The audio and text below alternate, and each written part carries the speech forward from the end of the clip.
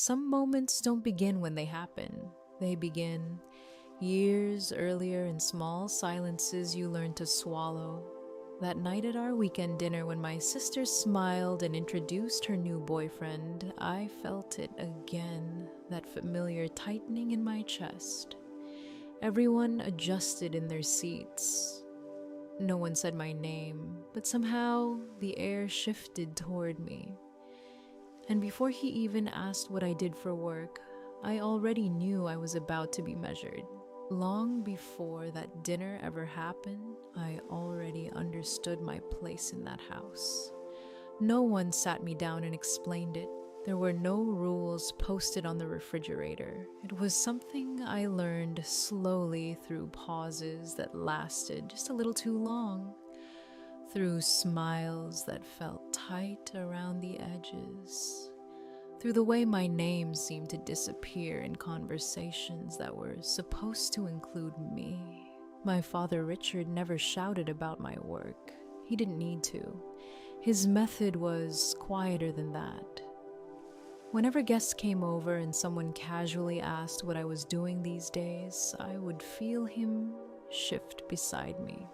Not dramatically, just enough.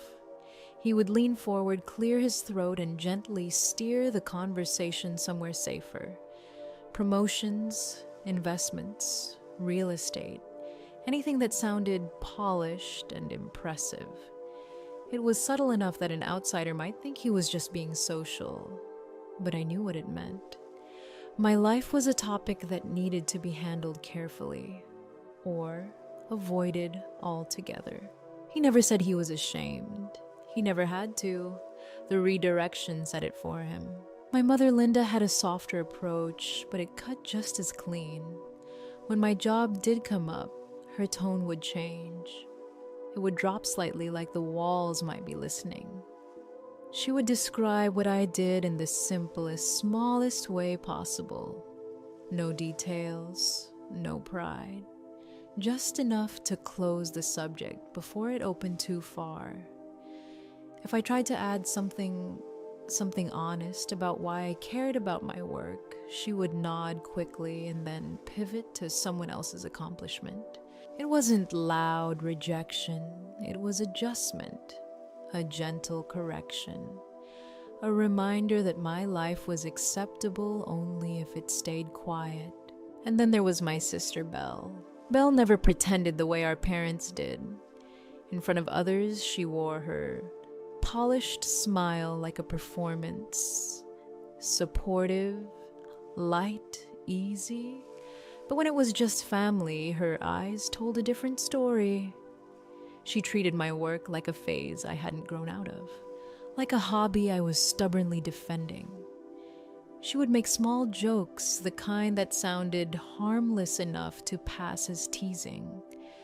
She'd retell ordinary moments from my life and reshape them into something embarrassing, not cruel enough to start a fight, just clever enough to make people laugh. Over time, I stopped correcting her, not because she was right, but because defending myself always felt heavier than letting it slide. Family dinners became lessons in observation instead of connection. I would sit at the table and watch how conversations flowed, who was celebrated, who was questioned, who was admired without hesitation. Careers were discussed in detail, promotions were applauded, relationships were analyzed like investments. And when I tried to join in, something invisible would shift. It wasn't obvious. No one told me to stop speaking. But the air would change, the attention would soften. Someone would interrupt gently, or laugh too quickly, or glance at their phone. It was precise enough to feel, but subtle enough to deny. So I adapted. I learned to measure my words before they reached my mouth. I learned to keep my tone neutral, never too passionate, never too defensive. I practiced smiling at the right moments, nodding at the right comments, laughing softly so I wouldn't sound bitter. I became just interesting enough not to be awkward. and just quiet enough not to be threatening. Peace in that house required me to take up as little emotional space as possible. There was one moment that still stays with me, not because it was dramatic, but because it was so quiet. Someone at the table, an extended relative, I think, turned to me and asked about my life. And for a second, I felt something almost hopeful. The question sounded real, open. I started answering slowly, carefully. But before I could finish my thought, the conversation drifted away. Someone made a joke. Someone else told a story. Laughter replaced curiosity. And just like that, the window closed. That was the first time I understood that curiosity had conditions. My life mattered only if it could entertain. Only if it could be simplified into something amusing or convenient. Depth wasn't welcome. Honesty wasn't necessary. After that, control became my survival skill. I began monitoring everything. Every reaction, every movement. I paid attention to how long I held eye contact, how straight I sat, how quickly I responded to questions. I became hyper-aware of the balance in the room, adjusting myself so I wouldn't disturb it. Shrinking isn't always physical. Sometimes it's emotional. Sometimes it's the quiet decision to swallow a thought before it becomes visible. Over time, I stopped expecting anything different. I stopped waiting for someone to ask how I was doing and mean it. I stopped hoping that my work would be seen as something honest or respectable. I built a version of myself that could sit at that table without causing discomfort. A version that smiled when required and disappeared when necessary. I was always the first to arrive at gatherings and the last to leave. I told myself that effort mattered, that if I showed up consistently, if I helped set the table, if I cleared the dishes without being asked, maybe I would earn something close to respect. Instead, I became the person who filled empty space. While everyone waited for conversations that mattered more, I watched how their faces changed when someone else shared good news, how their eyes lit up, how their voices grew animated, and I watched how those same faces settled into something neutral when I spoke.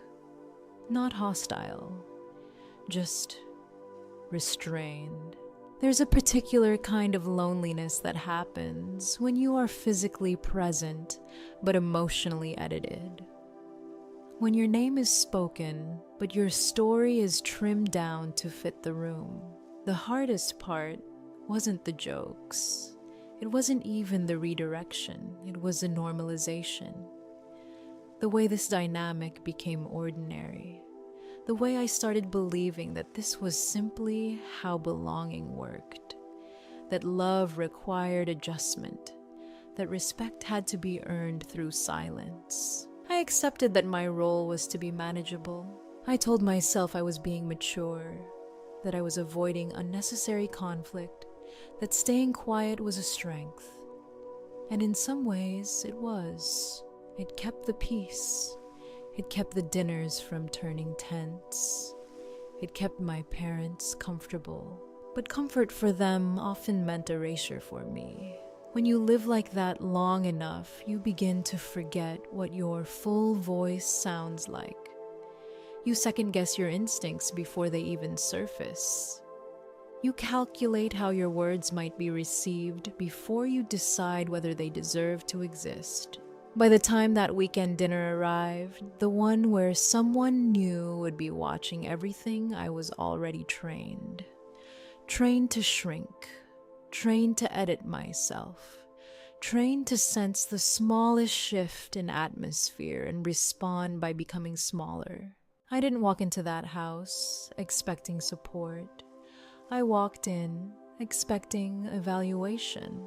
And maybe the most painful part of all was this. No one ever said I wasn't welcome. They just made it clear that I was easier to love when I was quiet. 2 days before that dinner, my chest already felt tight. It wasn't dramatic. There were no tears, no arguments, just a quiet pressure that followed me from room to room, like my body already knew something my mind was still trying to deny. I kept thinking about walking back into that house, sitting at that table, adjusting myself the way I always did. And the thought alone made it harder to breathe. The night before, I stayed in my room longer than I needed to. Not because I was running late, not because I had anywhere else to be. I just needed time to decide which version of myself would be allowed to show up. Family dinners were never just dinners. They were evaluations dressed up as tradition. My tone would be measured, my posture noticed. Even my pauses would feel too long if I didn't manage them carefully. I had learned that much. Every word needed to land softly enough not to disturb anyone. I stood in front of the mirror, not searching for beauty. That wasn't the goal. I wasn't trying to look impressive. I was trying to look neutral, safe, forgettable if necessary. I changed my clothes more than once. The first outfit felt too bold. The second felt too casual. I wasn't worried about fashion. I was worried about invitation, about giving anyone a reason to ask questions I didn't have the energy to answer honestly. There's something strange about trying to look normal in a way that never feels natural. It's like learning a language by listening, but never being allowed to speak it. You understand the tone, the rhythm, the expectations, but it never sits comfortably in your own mouth. I tilted my head, slightly, studying my reflection the way someone else might. Was I too expressive? Too serious? Would this version of me blend into the background enough to avoid becoming a topic? The news that Belle was bringing someone home didn't shock me. She always moved through life with momentum, collecting attention as easily as breath. But knowing someone new would be at the table created a shift I couldn't ignore. A quiet tightening inside my stomach. Someone new meant fresh eyes. Fresh eyes meant comparison. I could already feel it, the subtle glances lining up before they were even spoken. The way the energy would tilt. The way my presence would feel heavier simply because it was being observed by someone who didn't know the unspoken rules yet. For a brief moment, I considered staying home. The thought came gently, almost kindly. I could say I wasn't feeling well. A headache, a last-minute obligation. Something simple enough not to spark suspicion. I picked up my phone and stared at the screen, my thumb hovering over the message thread. It would have been so easy. But the truth sat underneath that option, heavier than any excuse. I wasn't staying home because I was sick. I would be staying home because I didn't have the courage to face the familiar discomfort. And somehow, admitting that to myself felt worse than showing up. Expectation is a powerful thing. It doesn't shout, it just waits. I had always shown up. I had always taken my seat at the table, even when I knew exactly how it would feel. Breaking that pattern seemed bigger than missing one dinner. It felt like stepping outside the role I had been quietly assigned, so I put the phone down. As the minutes passed, the loneliness began before I even left my room. It didn't feel sharp or dramatic. It wrapped around me, slowly, steady, and quiet. I sat on the edge of my bed and tried to slow my breathing while my thoughts ran ahead of me, already rehearsing conversations that hadn't started. If someone asked about work, I would keep it short. If someone joked, I would smile. If the room shifted, I would adjust. I practiced answers in my head, smoothing them down until they sounded simple enough not to invite reaction. I imagined my father's subtle interruptions, my mother's lowered tone, Belle's light, effortless confidence. I wasn't preparing for connection. I was preparing for containment. When I finally stood up, the room felt smaller than it had earlier. Or maybe I did. I reached for the door handle and paused. Not because I was undecided, but because I recognized what would happen next. The version of me that existed alone in that room, the one who could breathe without monitoring herself, would disappear the moment I stepped into the hallway. In her place would be the careful version, the trained one, the one shaped by years of reading the temperature of a room before speaking. That version of me wasn't fake, but she was tired of calculating tone, tired of smiling at the right moments, tired of making sure her existence didn't create inconvenience. The hallway outside my room felt narrower than usual. Each step toward the living room quieted my thoughts, not because I felt calm, but because I was already bracing. It's strange how the body prepares for impact even when there's no visible threat. By the time my hand would eventually rest on the back of a dining chair, I knew something important. The hardest moments were never the loud ones. They were the quiet ones. The ones where nothing exploded. The ones where everything looked normal from the outside. The ones where you endured without anyone noticing the effort it took. I wasn't brave enough to walk away, but I was quiet enough to stay. And sometimes in that house, that felt like the only strength I was allowed to have. The moment we all sat down, something changed. There was nothing dramatic about it. No raised voices, no obvious tension.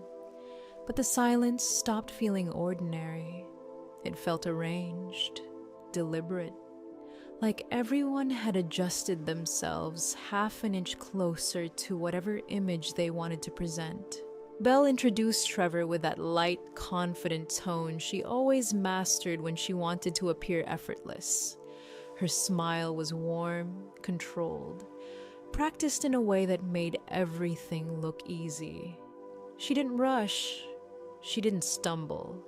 She placed him into the room as if he had always belonged there. And just like that, the energy shifted, chairs straightened, shoulders lifted.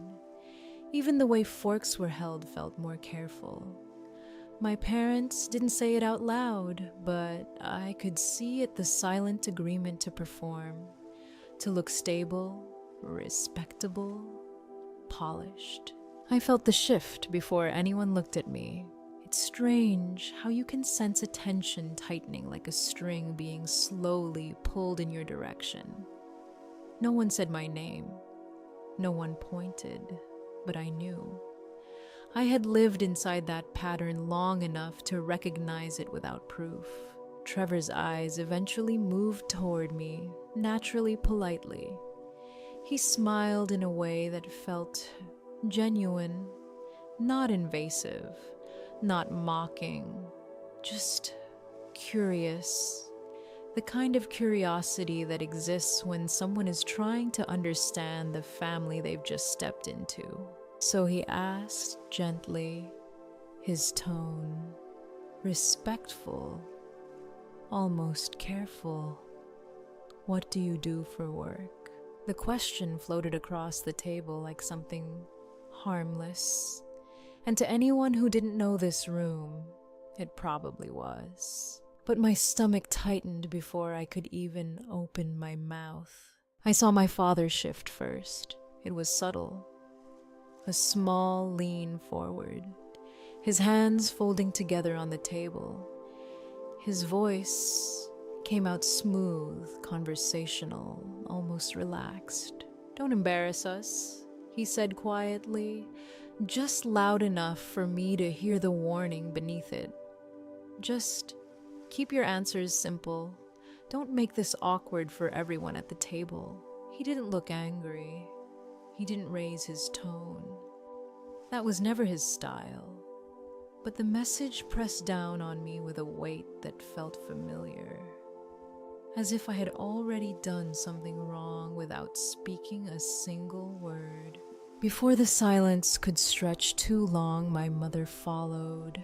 Her voice was steady, flat in the way it always became when she wanted to reduce something to size. This time she added, without even turning her head fully toward me, "Try to lie so you don't sound so pathetic in front of someone important for once." She didn't need to look at me. The sentence was meant to land, not connect. A couple of small comments drifted across the table after that.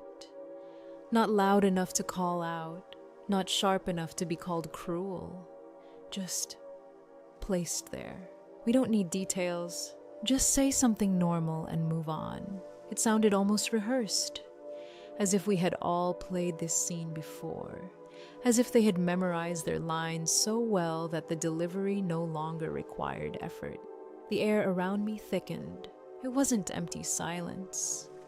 It was crowded with expectation, with embarrassment they hadn't even experienced yet, with fear that I might say something unpolished in front of someone they wanted to impress. I lowered my eyes for a brief second, not because I felt ashamed, but because I felt the familiar pull to shrink, to make it easier for them, to give them the version of my life that wouldn't cause discomfort.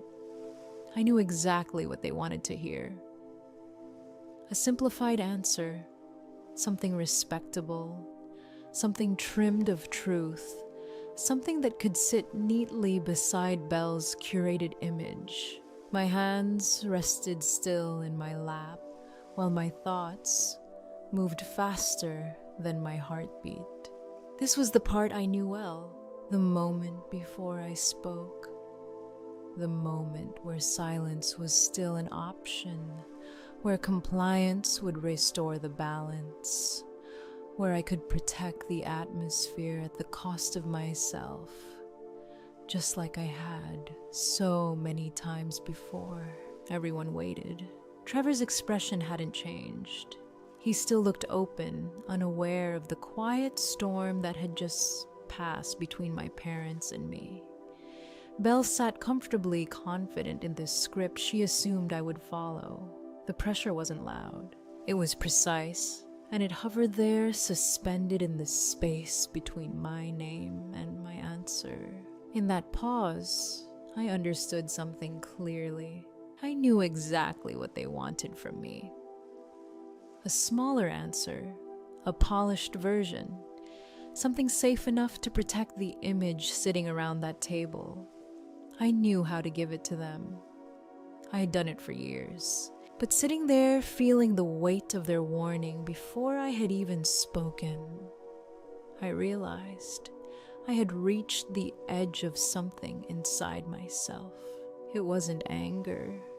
It wasn't even courage in the dramatic sense. It was exhaustion.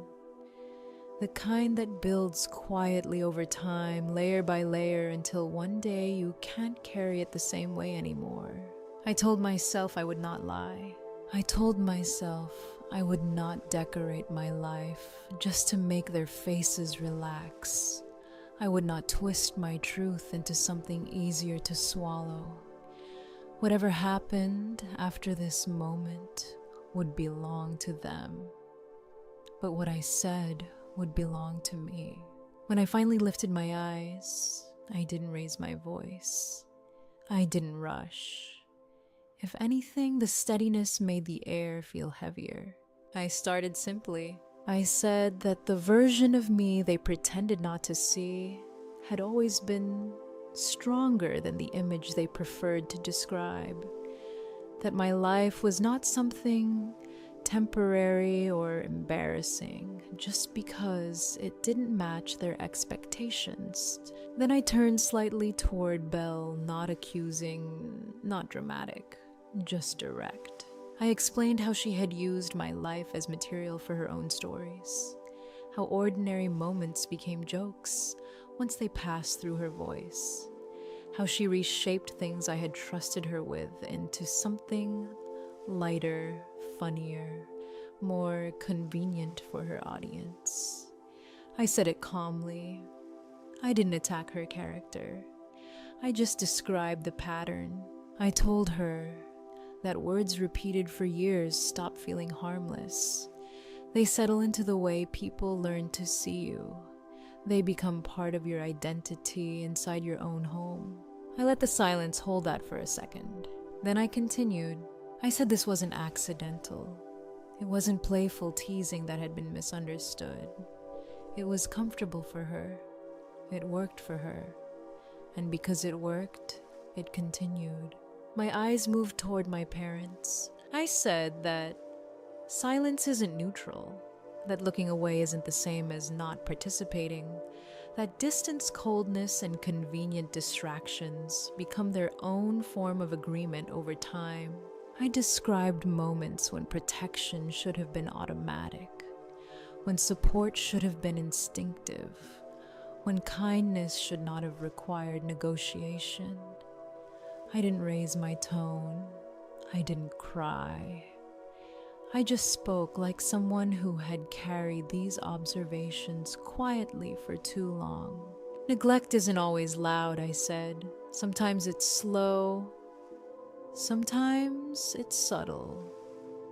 Sometimes it's the steady absence of defense when it matters most. No one interrupted me. That surprised me more than anything. Then I turned toward Trevor. My posture didn't change. My voice didn't shift. I told him I wasn't speaking out of jealousy. I wasn't bitter. And I wasn't trying to compete with anyone at that table. I said he wasn't special in this situation, not because he lacked value, but because he had stepped into a story that had been repeating long before he arrived. I watched his face carefully as I said the sentence that had been sitting quietly in my chest. "You're the third guy this month she brought home." The words didn't echo. They didn't explode. They just landed, and the room changed. It didn't burst into chaos. It collapsed inward. My father looked away first, not sharply, not dramatically, but with the tension of someone who felt control slipping and didn't know how to grab it back. His jaw tightened so hard I could see the muscle jump beneath his skin. For once, he didn't have a smooth sentence ready. There was nothing to redirect. My mother's fingers began to tremble lightly against the edge of the table. She pressed her lips together so tightly that the color drained from them. She tried to sit straighter, tried to hold on to composure, but the shift in her breathing gave her away. Belle's face changed the fastest. The color dropped from her skin in a way she couldn't hide. Her mouth opened slightly, then closed again. Whatever response she had prepared dissolved before it reached her tongue. Her eyes moved quickly from Trevor to my parents, back to Trevor, searching for someone to stabilize the narrative. No one moved to rescue her, and I didn't feel powerful. That's the part people misunderstand. I didn't feel victorious. I didn't feel dramatic. I felt clear. For the first time in that house, I wasn't asking permission to exist. I didn't add anything else. I didn't pile on more details. I didn't defend the sentence or soften it. I simply let it stand on its own. The silence that followed was no longer controlled. It was no longer strategic. It was raw, unsettled, uncertain. And in that heavy, fragile quiet, I knew something had shifted permanently, even if no one had the words to admit it yet. For a few seconds after I spoke, time didn't move the way it normally does. No one reached for their glass. No one adjusted their chair. Even the smallest sounds, the scrape of a fork, the shift of fabric, seemed to disappear. It was as if the room had pulled in on itself, holding its breath. I stayed where I was, hands resting quietly in my lap. Trevor was the first to break the stillness. His chair scraped softly against the floor as he leaned closer to Belle. The sound wasn't loud, but in that silence, it felt sharp. He didn't look at me. He didn't look at my parents. His focus was entirely on her now. When he spoke, he didn't raise his voice. That almost made it heavier. "Stand up," he said, not as a question, not angrily, just firmly. The kind of firmness that doesn't need volume to be understood. His hand touched her wrist, not gentle, not cruel, intentional. Belle hesitated for a fraction of a second, and in that tiny pause, I saw something I hadn't seen before. Uncertainty. She stood slowly, trying to pull her expression back into the soft, controlled smile she'd worn all evening. It didn't settle the way she wanted it to. The polish was gone. They walked toward the hallway together. Trevor didn't glance back at the table. Belle followed half a step behind him, her shoulders tighter than before, her movements slightly less fluid. The moment they disappeared from view, the dining room froze, as if the pattern in the fabric required her full attention. Her breathing had shifted shallower, uneven, but she refused to acknowledge it. My father kept his gaze fixed on the wall across from him. His jaw remained locked, the muscle near his temple pulsing faintly. He looked like someone calculating damage without knowing where to begin. No one spoke. From the hallway, their voices carried back in low, strained fragments. I couldn't make out every word, but I could feel the rhythm. Trevor's tone was clipped, controlled, fast in a way that suggested frustration he was trying not to let spill. Belle's voice sounded different. It wasn't the confident, measured cadence she used at the table. It was thinner, rushing, her sentences overlapping one another as if she were trying to rebuild something before it collapsed completely. I heard the faint crack in her breath that hadn't been there earlier. Then, for a few long seconds, there was nothing. Silence again, but this time from the hallway. Sometimes silence says more than raised voices ever could. When they came back into view, everything about them had changed. Trevor walked first. He didn't look at the table. Not at my mother, not at my father, not at me. His face wasn't angry. It wasn't devastated. It was something colder than that. Decided. Belle followed a few steps behind him. Not close enough to look united. Not far enough to look separate. Her hands hung loosely at her sides, no longer gesturing, no longer expressive. The composure she usually carried like armor had slipped completely. Trevor didn't hesitate. He walked straight to the front door. The sound of the handle turning felt unnaturally loud. The hinge gave a soft, familiar creak as he pulled it open. For a split second, the cool air from outside brushed into the house, shifting the temperature of the room in a way that felt symbolic, almost deliberate. He stepped out, and then he closed the door behind him. No goodbye. No explanation, no final glance over his shoulder. The click of the door settling into its frame echoed more sharply than any argument could have. Belle remained standing in the middle of the room. She didn't chase him. She didn't call out his name. She just stood there, her breathing shallow, her eyes moving in small, unfocused shifts, as if she were trying to locate the point where control had slipped from her hands. My parents still hadn't moved. Nothing had exploded. There had been no shouting, no dramatic accusations. No plates shattered against the wall, and yet everything had collapsed inward. The image they curated so carefully, the stable family, the perfect presentation, had fractured without a single raised voice. The damage wasn't loud, it was structural. I stayed silent, not because I was afraid, but because there was nothing left to add. Sometimes the truth doesn't need repetition. Sometimes it only needs to be spoken once and then allowed to settle. And that night, it settled heavily over every corner of that house. The silence didn't soften after the door closed. It thickened. For a moment, no one moved.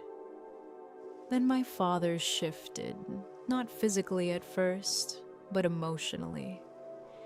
I could see it in the way his shoulders tightened, the way his jaw locked harder than before. When he finally spoke, his voice had lost the smooth calm he usually relied on. "You embarrassed this family," he said, not loudly, but firmly enough to land. He told me I had humiliated them in front of someone who never needed to know our business, that my timing was selfish, that whatever issues I believed existed could have been handled privately. He didn't ask why I spoke. He didn't ask what it had cost me to stay silent for years. His only concern was exposure, that the image had cracked in front of a stranger, as if silence had been a duty I was born to protect. My mother followed him this time, no longer frozen. Her hands trembled slightly in her lap, but her voice was steady, sharpened by disappointment. "You crossed a line," she said. She told me I should have stayed quiet for one more night, that I had ruined something that could have been managed, that there were ways to address problems without making a scene. It was the first time she looked at me with open blame instead of distance. For years, she had avoided me emotionally, kept everything neutral. Now, her eyes were direct, not warm, not soft, just accusing. Then Belle returned from the hallway. Her steps were slower, heavier. She didn't sit down. She stood behind her chair and gripped the back of it as if she needed something solid to hold on to. Her face was flushed now, but not with embarrassment, with anger. "You ruined this," she said, her voice cracking at the edges. She accused me of tearing apart a moment that was supposed to belong to her, of dragging out things that didn't matter, of sabotaging her happiness because I couldn't handle being overlooked.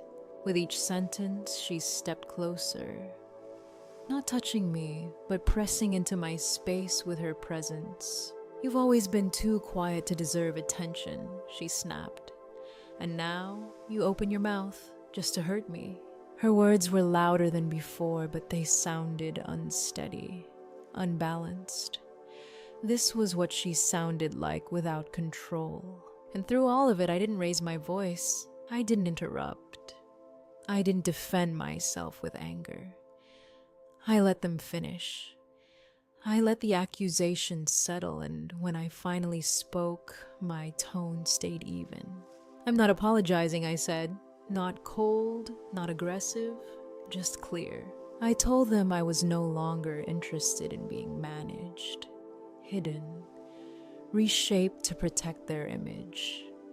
I said I was allowed to speak when something hurt me, allowed to tell the truth when I felt erased, allowed to exist in a room without being corrected into silence. I wasn't asking for permission anymore. The room went quiet again, but this time it was different. It wasn't controlled silence. It wasn't strategic. It was a silence that happens when people realize they've lost authority over someone they thought would never step out of line. In that moment, something inside me settled.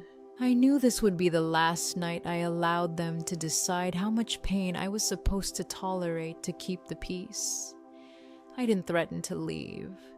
I didn't announce some dramatic exit. I didn't need to. The decision was internal. A door closed. Not with anger, not with hatred, but with clarity. I stayed seated for a little while longer, not because I belonged there, but because I was no longer afraid of standing up. And when I finally did, I understood something quietly and completely. Distance wasn't something I had to justify. It was something I was finally ready to choose. In the weeks after that dinner, the house grew quiet in a way that finally felt like peace. Brianna reconnected with Hannah Blake, rebuilding something steady and honest. Belle faced her own consequences, and their parents were left to sit with the patterns they had ignored. No revenge, no spectacle, just distance settling where it belonged. Sometimes space isn't punishment, it's protection. If any part of this felt familiar, you're not alone.